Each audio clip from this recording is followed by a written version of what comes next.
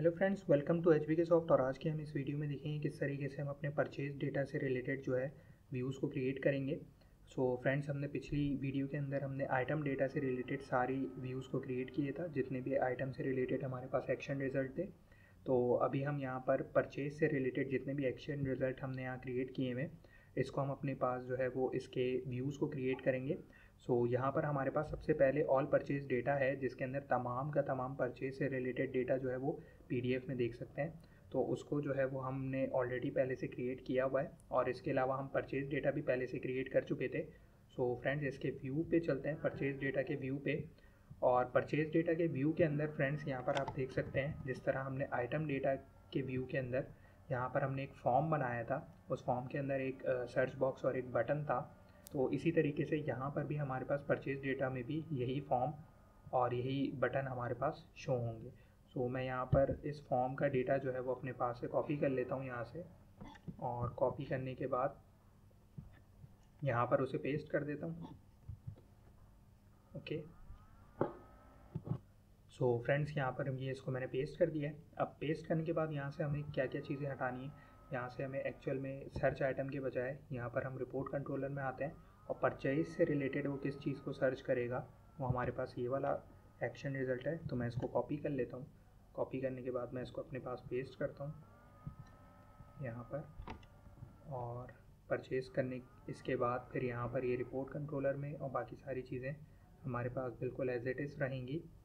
अच्छा, नीचे हमारे पास एक एक्शन लिंक का जो है वो हमारे पास बटन होगा, जिसमें ऑल आइटम डेटा के बजाय ऑल परचेज डेटा जो है वो कॉल होगा। तो ऑल परचेज डेटा मैं इसको यहाँ से कर लेता हूँ, ऑल परचेज डेटा। ठीक है, ओके। सो हमारे पास ये वाली चीज़ जो है वो क्रिएटेड हो चुकी है। अब नीचे जाके मैं जस्ट इनके जो है वो डेटा को चेंज कर लेता हूँ। परचेज डेट को मैं डायरेक्टली परचेज डेट, और यहाँ पर परचेज क्वांटिटी कर देते हैं हम अपने पास, परचेज क्वांटिटी। देन इसके बाद परचेज आइटम। तो हम यहाँ पर इसको परचेज आइटम कर देते हैं, परचेज आइटम। देन इसके बाद इसकी जो है वो प्राइस है, तो प्राइस को भी हम चेंज कर लेते हैं यहाँ पर हमारे पास। सो यहाँ पर इसको हम प्राइस कर लेते हैं। देन ये आईडी है, सो आईडी को भी चेंज कर लेते हैं।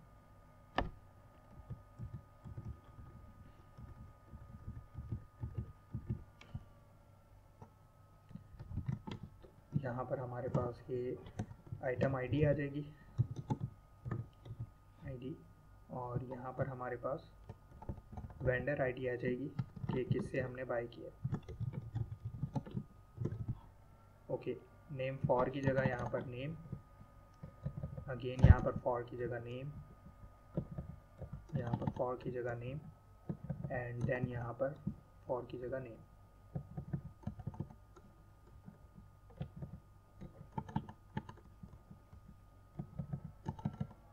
ओके, यहाँ पर हमारे पास सारी चीज़ें क्रिएटेड हैं, और यहाँ पर हमने वेंडर को चेंज नहीं किया, तो हम वेंडर को भी चेंज कर लेते हैं। ओके, सो यहाँ पर वेंडर को चेंज कर लेते हैं, वेंडर। ओके, सो यहाँ पर इसको हम टैली कर लेते हैं कि हमारे पास सब कुछ सही है। Purchase data, quantity, vendor, purchase item, price, item ID, vendor ID. Okay, हमारे पास सारी चीज़ें बिल्कुल एज़ पर रिक्वायरमेंट है। ये हमारे पास बटन आ रहे हैं, इन बटन को हम हटा देंगे यहाँ से। सो यहाँ से मैं बटन को रिमूव कर लेता हूँ अपने पास। ओके, यहाँ से मैं बटन को रिमूव कर रहा हूँ, और बटन को यहाँ से मैंने तमाम बटन्स को मैंने रिमूव कर दिया है। देन इसके बाद यहाँ पर हमारे पास सारी चीज़ें परफेक्टली काम करेंगी।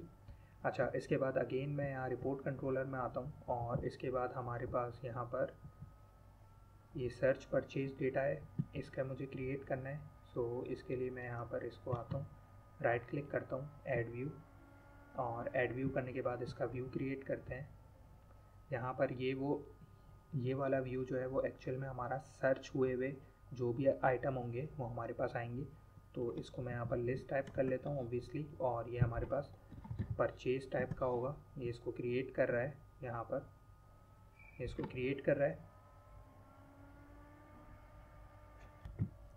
सो यहाँ पर इसने इसको क्रिएट कर दिए फ्रेंड, और इसके अंदर यहाँ पर हमारे पास ये सारी चीज़ें मौजूद होंगी, जिसके अंदर हम इसको जिस तरह हमने यहाँ पर इसको देखा था कि यहाँ पर हम ये चीज़ हटा देंगे बिल्कुल अपने पास से, और इस चीज़ को यहाँ पर H2 के अंदर यहाँ पर हम लिखेंगे सर्च परचेज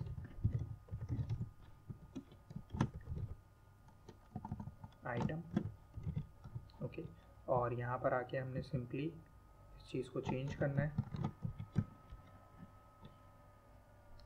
इसको हम परचेज डेट करेंगे और इसको परचेज क्वांटिटी कर देंगे, परचेज क्वांटिटी। देन इसको वेंडर बता देंगे कि from which vendor we are purchasing vendor. Okay, then यहाँ पर परचेज आइटम बता देंगे, परचेज आइटम। देन यहाँ पर प्राइस बता देंगे हम। देन इसके बाद यहाँ पर हम इसकी आइटम आईडी बता देंगे, ID. Okay, it should be double coated, तो डबल कोट हमने यहाँ पर अप्लाई कर दिए। And the last one should be vendor ID. Okay, so यहाँ पर हम इसको वेंडर आईडी दे देते हैं, वेंडर आईडी। ओके, और यहाँ से हम फॉर को रिमूव कर लेंगे।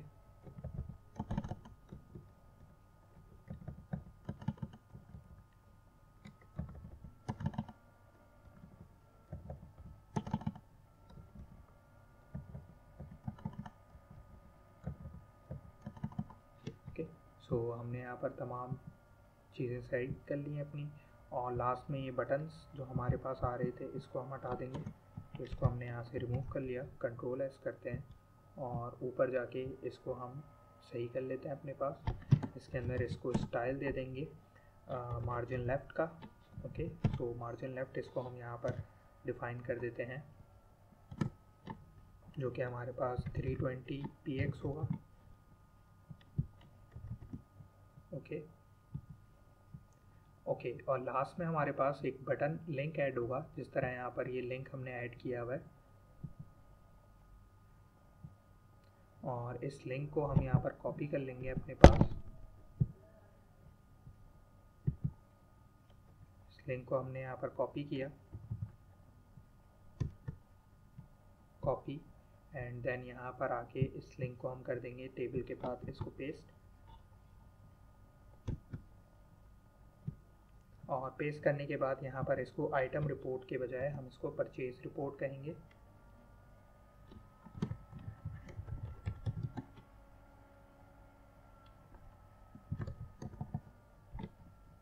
कि यहाँ पर ये आइटम रिपोर्ट के बजाय इसका नाम यहाँ पर हमने सर्च परचेज रिपोर्ट रखा हुआ है।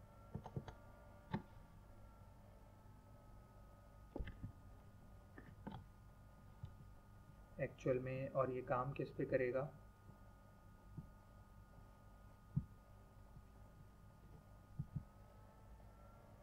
परचेज रिपोर्ट पे ऑब्वियसली, इसको परचेज रिपोर्ट पे करेगा ये।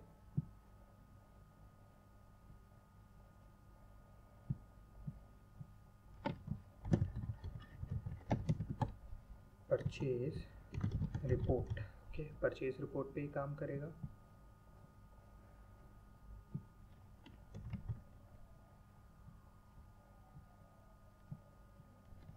यहाँ पर इसको कर लेते हैं हम फ्रेंड्स कंट्रोल एस, और देन इसके बाद यहाँ पर हम रिपोर्ट कंट्रोलर में आते हैं, और यहाँ पर आने के बाद हम यहाँ पर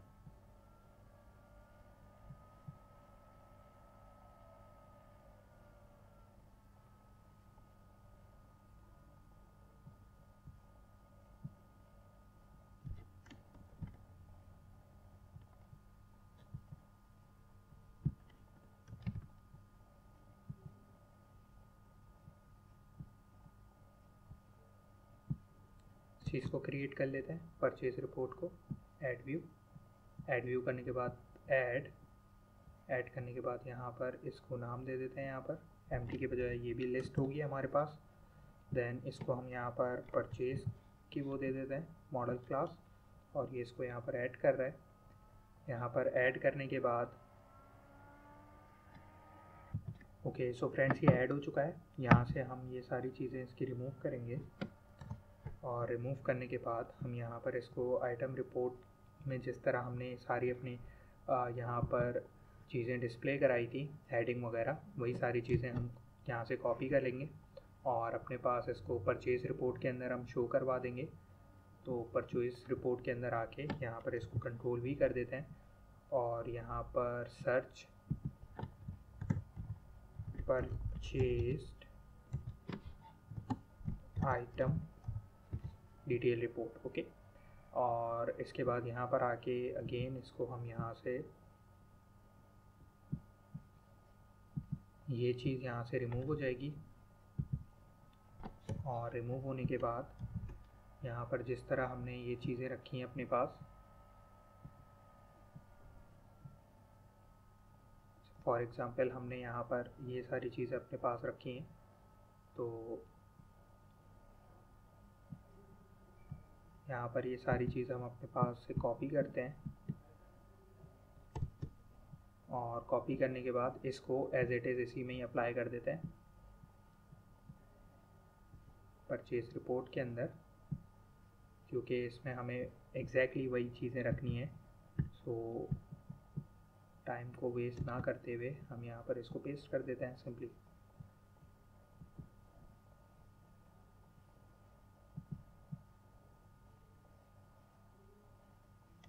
ओके, सो ये हमारे पास पेस्ट हो गई है। फ्रेंड्स, हमारे पास परचेज से रिलेटेड सारी जो है वो व्यूज़ प्रॉपरली क्रिएट हो चुकी है। जस्ट इसको टेस्ट करके देखते हैं प्रॉपर वर्क कर रही है नहीं।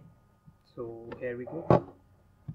सो फ्रेंड्स, हमारी एप्लीकेशन रन हो गई है। यहाँ पर आके हम अपने रिपोर्ट वाले सेक्शन में आते हैं और परचेज़ वाले को ओपन कर लेते हैं। सो ये देखिए, सबसे पहले हमारे पास यहाँ पर कौन सा एक्शन रिजल्ट कॉल हुआ है, परचेज डेटा का, जिसके अंदर हमने फॉर्म बनाया था और 2 बटन अप्लाई किए थे।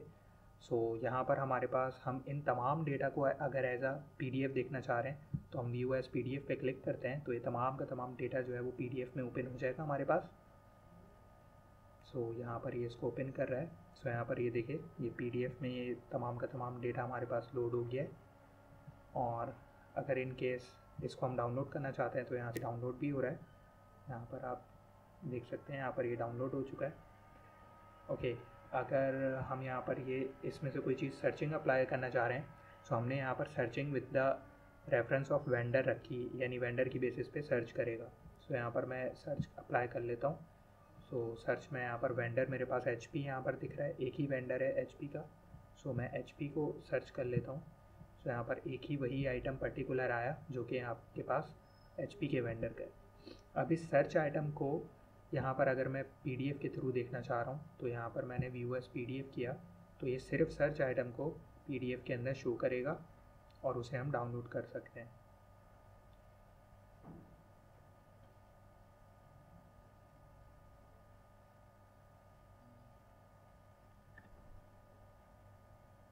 सो यहाँ पर देख सकते हैं फ्रेंड्स, इसने इसे ओपन कर दिया है और इस सर्च आइटम को ही इसने PDF से रिलेटेड किया है। ओके, अब हमें करना ये है कि आपने अपनी हिसाब से इसकी CSS अप्लाई करनी है। थोड़ी इसकी डिज़ाइनिंग थोड़ी सी आउट हो गई है, सो उसको आप अपने हिसाब से सेट कर सकते हैं। इसका मार्जिन लेफ्ट जो है वो हमें कम करना होगा, जो हमने 320 पिक्सल्स रखा था उसको हमें कम करना होगा, सो ये सेंट्रलाइज हो जाएगा। सो फ्रेंड्स, आई होप आपको ये वीडियो लाइक करेंगे और ये वीडियो पसंद आई होगी। So keep like, keep sharing. और हमारा जो लास्ट हमारा मॉड्यूल हमारे पास बचा था वो हमारे पास इशुएंस रिपोर्ट का बचा था।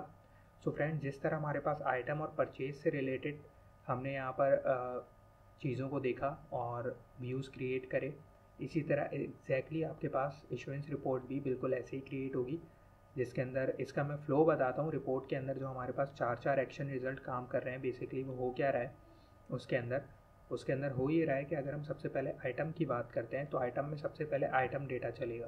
वो आइटम डेटा होगा ये कि सारा डेटा शो कराने के लिए कि यूज़र उसको देख सके जितना भी डेटा है। उसके बाद जब हम इसमें व्यू एज PDF करते हैं तो व्यू एज PDF के अंदर यहाँ पर इसका दूसरा एक्शन रिजल्ट कॉल होता है, जिसके अंदर हमने ये तमाम डेटा को PDF में देखना चाह रहे हैं। सो वो हमारे पास कॉल होगा। सो यहाँ पर आप देख सकते हैं जिस तरह मैंने जैसे ही कॉल किया यहाँ पर ऑल आइटम डेटा कॉल हुआ है, जिसके अंदर तमाम डेटा जो है वो PDF में आपके पास शो हो रहा है। देन इसके बाद थर्ड जो हमारा मैथ एक्शन रिजल्ट कॉल होगा वो हमारे पास सर्च आइटम का होगा, जिसमें वो तमाम आइटम्स को उनके आइटम स्टेटस की बेसिस पे सर्च करके ला रहा होगा। फॉर एग्जांपल मैंने वर्किंग वाले को सेलेक्ट किया और यहाँ पर सर्च किया, तो यहाँ पर देखें ये सर्च आइटम इस तरह काम कर रहा है। और इस सर्च आइटम को अगर आप PDF में देखना चाह रहे हैं तो हमारा चौथा एक्शन रिजल्ट कॉल होगा, उसको हम देख लेते हैं और वो हमारे पास है आइटम रिपोर्ट का। सो फ्रेंड्स, आई होप आपको इसका फ्लो समझ आया होगा। जिस तरह आइटम के अंदर हमने 4 एक्शन रिजल्ट को यूटिलाइज़ किया है, वैसे ही हमारे पास परचेज़ में भी ये 4 के 4 यूटिलाइज़ हुए हैं और इसी तरीके से हमारे पास इशुएंस में भी यूटिलाइज़ हुए हैं। सो मैंने यहाँ पर आइटम रिपोर्ट और परचेज़ रिपोर्ट को करके दिखाया आपको। आपने इसमें इशुएंस रिपोर्ट को बिल्कुल सेम लॉजिक और बिल्कुल सेम फ्लो के साथ आपने इशुएंस रिपोर्ट को क्रिएट करना है, ताकि आपकी अंडरस्टैंडिंग और आपकी लर्निंग बेटर हो सके। सो फ्रेंड्स, हमने इस पूरे ट्यूटोरियल के अंदर जो है वो एक कंप्लीट परचेज़ मैनेजमेंट सिस्टम बनाना सीखा है। सो आई होप कि आपको चीज़ें इसमें क्लियर होंगी, और अगर कोई चीज़ आपको क्लियर ना हो तो आप कमेंट सेक्शन में ज़रूर पूछ सकते हैं, मैं उसको क्लियर कर दूँगा। एंड और भी हमारी ट्यूटोरियल हम क्रिएट करेंगे इंशाल्लाह, जो कि हमारे पास दूसरे लेटेस्ट टेक्नोलॉजीज़ पे होगा। So keep like, keep sharing. Thank you.